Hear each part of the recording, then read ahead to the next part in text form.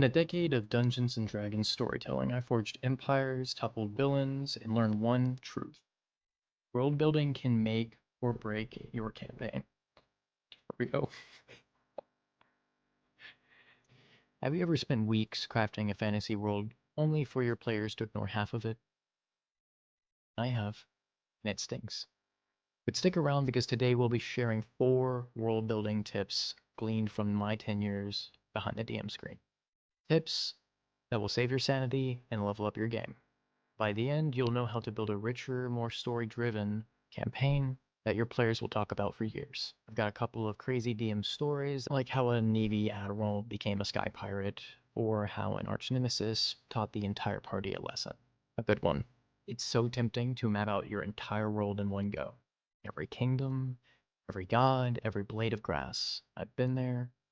Newbie DM Goose had notebooks and books of lore that my players have probably never seen or never touched.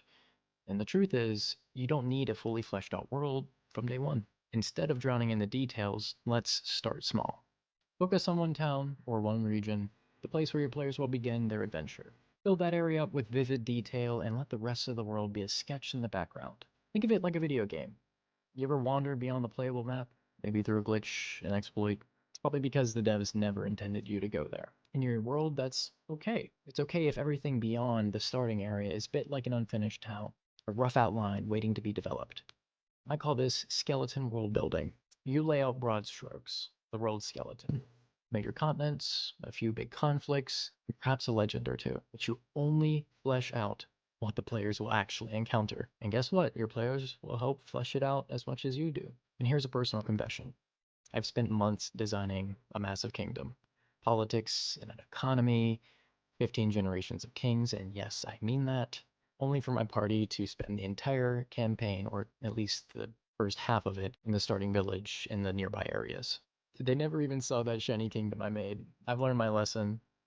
Now I just prep enough to get the adventure rolling and start with a hook, maybe a local mystery or monster, a place, a village, maybe a couple of interesting NPCs, and a few cool details that the players can discover. The rest, I'll figure it out when we get there. This approach keeps your world organic and adaptable. You're not railroading players, you're writing a story. And trust me, when you do this, it'll feel epic because there's a lot of moments that you'll have that you are surprised about. When you railroad people, you already know what's going to happen. And while you get your satisfaction when it does happen, it's just nice to be surprised as a DM. Anyways, by starting small, by using the skeleton framework we just talked about, you prevent burnout and make space for player creativity. Your world will grow naturally, like a story unfolding instead of a static novel you're reciting. Embrace this and you'll find world building becomes fun instead of overwhelming. World building isn't one size fits all. The coolest city or the deepest lore won't matter if it doesn't speak to your group's interests. We do not care. So tip number 2 is tuning your world to your players, and you, as a DM. Picture a slider with combat and with narrative. Big spectrum here. Every group falls somewhere in this slider. For me personally, I'm more of a 75% narrative, 25% combat kind of guy. I know some people get excited about just coming to the game, slaying monsters, grabbing loot, and getting on the road. And that's okay if everybody else likes that kind of stuff. But you need to, before the game even starts, be sure that you are aligned with your players. Because you don't want to be playing into a world that is extremely narratively driven if you have a player at the table who isn't really into that kind of thing. If they're more combat driven, that is. So make sure that everybody at your table is good for you. I have a good bit of friends that are great D&D players, but they are more of a wargaming kind of group, and that's okay, because that's their interest.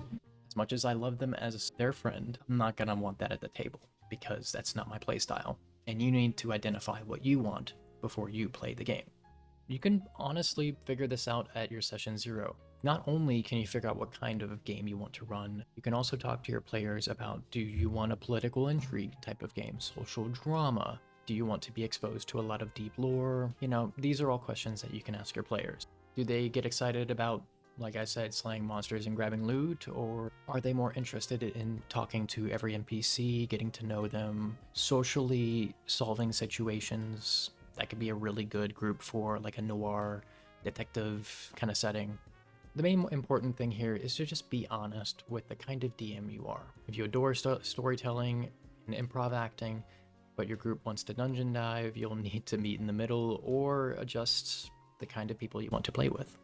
There is no wrong preference. Epic combat and epic storytelling are both awesome, and to be honest, I do both in my game, but alignment is crucial. When your world building matches your table style, magic happens. If your party is full of lore hounds, feed them those rich cultures and historical tidbits of your world. They'll eat it up. My players do. They love that shit. Way back, this was, I think, when I was in the military, probably why they played like this. I designed a city with deep political history, dozens of factions, only for me to realize my players just wanted to bust undead skulls in a haunted crypt. I pivoted, trimmed the politics, and everyone had a blast. But I ended up finding out that I did not enjoy playing that kind of style. So be truthful to yourself, because you will kill the game faster than your players can if you are not interested in what you are doing. Take care of yourself. Bottom line, world build for your audience and yourself. And remember, when you strike that balance between what excites players and what inspires you as a DM, your world will start to shine. You'll keep your group engaged, and you'll enjoy the process rather than feeling like you're writing a textbook that no one will read. That's the sweet spot where your campaign will become unforgettable. All right, time for one of my favorite world building tricks, reoccurring NPCs. If you do it too much though, it can be a little repetitive. Don't let your world be just a static backdrop. Populate it with characters that live in it, with their own goals, their own quirks, and their own ability to surprise the players. A well-crafted NPC can turn a generic town into a place your players care about. And if that NPC keeps showing up throughout the entire campaign, your world suddenly becomes interconnected and feels real. Let me illustrate this story. The legendary tale of Big John. Big John started off in my campaign as a high admiral in the Royal Navy of we'll call it an evil faction. It's just a faction that is the enemy of my party for now. They're very imperial, status is all you are kind of deal. Big John grew up in a small town with a friend, and eventually they got bored of living in this small village, so they joined up the ranks of the place called the Titan Empire. Eventually, over years, they soar up the ranks, and Big John becomes a high admiral, and his best friend is a general of the ground forces. After some time, they realize how, evil and bureaucratic even the empire was. And so Big John decided to go AWOL, abandon his cause. He eventually came across a band of mercenaries and eventually formed a sort of bardic pirate gang. They would fly around. They originally would do stealing and pilfering, but they started up this thing that really worked out for them. They would board ships, encircle people, and basically point their sword out at them, or their fist, or whatever they used, and they challenged them to a duel for coin. And this happened to my players. They were flying on a airship, they got boarded, and they thought they were under attack, so they were all ready. They were all pulling out their swords, the sound of metal unsheathing everywhere, only for them to be surprised when they start offering bets, coin being thrown on the planks of the airship, and little jigs starting up of the pirates strumming a tune, hyping up the party and their own people as well. They were singing ridiculous sea shanties at the top of their lungs. And the most memorable part for my group was when I started playing a song called Big Bad John. If you haven't heard it, please look at it. We were sitting at the table and I was like, there's gotta be a song about Big John. I looked it up and apparently there was, and I started playing it. 6.5 foot tall, I think 7 foot tall man, no shirt on, just like straight brolic dude, starts walking out as his jig's playing, and he basically offers himself up as a duelist. And they became friends after the bout, and he would recur often throughout the campaign, whether to help the players, to give a bit of insight, or to just make sure that they're okay. Recently, Big John was captured by the same faction he had fled from years and years ago, and my players just found out about it. And boy, are they mad. As soon as I gave them the pamphlet or the paper with the Emperor's seal stating the capture or the permission to capture Jonathan Gargan or Big John, my players lost their shit. Every plot went out of the window except for that one. They started to pursue it. I remember my players went from shocked to amused to absolutely hyped at the prospect of busting down the gates of the Titan Empire with their allies and saving a good friend that they have made along the way, a respectable and just good friend. It's interesting how 1 minute they're crossing swords with him, and maybe 8 sessions later they're risking their entire lives for him. Due to the reoccurring NPC idea, Big John became a fan favorite, and I keep weaving him into the campaign as an important figure. Because if it works, it works. But it's important to understand that there is a point of doing it too much. But be tasteful about it. Just know that if you're itching to reintroduce him into the party, give it another 3 sessions. And also, don't be afraid to go a little wild with your NPCs. High Admiral to a bardic sky pirate might sound extreme, but in the context of our story, it makes sense and it feels epic. Your players will remember the characters who surprised them, who made them laugh, or who made them feel something. Those NPCs are the glue that hold your world story together. Memorable NPCs equal memorable worlds. So the next time your players love an NPC, jot it down. You're gonna need it. And who knows, maybe you'll create your campaign's next legend. This last tip is a bit heavier. You have to definitely talk with your players and see what they're comfortable with, but it's something that made my campaigns truly meaningful. Use your world and story to explore real-life themes and lessons. I'm sure that many of you have gone through things in life that you have struggled with just as much as I have. We all have our woes. I'm not trying to say turn your game into a preachy moral lesson. First and foremost, D&D should be fun. But I found that some of the most powerful moments at my table happened when the game's story mirrored real-life struggles or questions. Dungeons & Dragons may be a game, tabletop may be a game, but it can carry lessons into real life.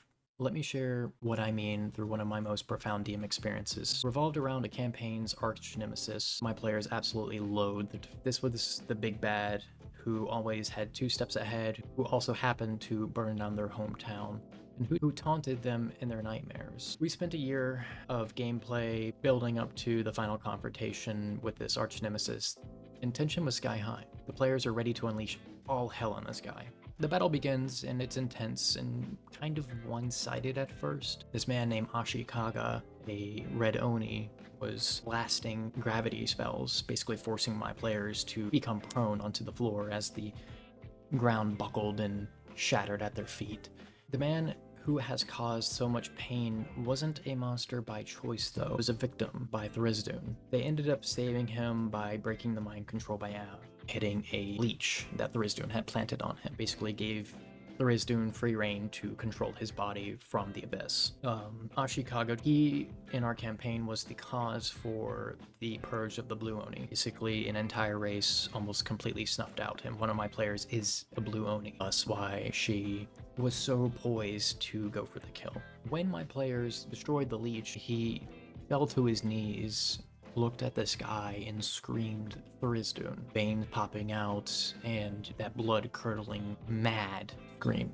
And he kicked off the ground, burned up like a comet, and used magic to fly away. In that moment, my players, in character and a little bit of out of character, went from hatred to heartbreak. They kind of pieced together pretty quickly that he was under the influence of Tharizdun. There was a big theme of Tharizdun already going on, so they stuck it together. Little clues I'd seeded finally clicked. They ended up saving him by breaking the mind control rather than killing him. And the next session, they ended up figuring out that he was captured also by the Titan Empire, who also has Big John. My players are currently at a masquerade, and they are trying to gain allies, so that's a prospect for them. These are plot twists that can also redirect your players as well. A very helpful tool, where you were placed in belief that someone is the big bad, but in reality, it's, in this case, Tharizdun. Around the table, we had this quiet moment after the session. We realized that the story echoed something kind of real. How sometimes players who do wrong themselves are caught in a web of influence or circumstance. That night, our D&D game touched on themes of forgiveness and understanding. I saw my players change how they viewed not just the character, but perhaps gained a little bit of perspective beyond the game. One player said it made them think about giving people a second chance in their real life, and under the right conditions, it was a genuine life lesson arising straight from the fantasy world that we created. Now, weaving life lessons into a campaign doesn't always need to be that dramatic every single time. It can be small moments, an NPC struggle that mirrors depression or loss, a moral dilemma about justice or mercy, themes of friendship and sacrifice and identity. These threads, if handled with care, can elevate your world building. They're the kind of moments players remember years later because it resonated on a human level. Of course, balance is key. I'm not turning every session into a therapy session, albeit if it happens, it's welcome. Nor am I going to turn it into a philosophy class. But don't shy away from letting real themes emerge into your world. Your fantasy cultures might wrestle with discrimination, your heroes might face the consequences of vengeance, your villains might have sympathetic origins. When these elements naturally fit into your story, they give depth to your world. Tabletop is more than dice and stats to me. It's a shared story, and stories have power. Sometimes a dungeon crawl is just a fun dungeon crawl, and that's great. And sometimes slaying a dragon might symbolize overcoming inner demons. Both have their place. Use your world to say something that matters to you and will likely matter to the players around you. So there you have it. 4 big world building techniques that you can use in your campaign. Start small and let your world grow naturally. Tailor your world to fit your group and yourself, and make NPCs so memorable they practically become family. And don't be afraid to weave a little life meaning into your stories as well. Whether you're aiming for a legendary battle or a story-driven campaign, I hope these tips help you craft a world that feels truly alive. Remember, world building is as much about the people at your table than the world you've created. Let them help guide you as you help guide them. Now, I'd love to hear your stories, your personal accounts, or maybe something you would like for me to cover. Anyways, thanks for watching. Happy world building, and I'll catch you next time.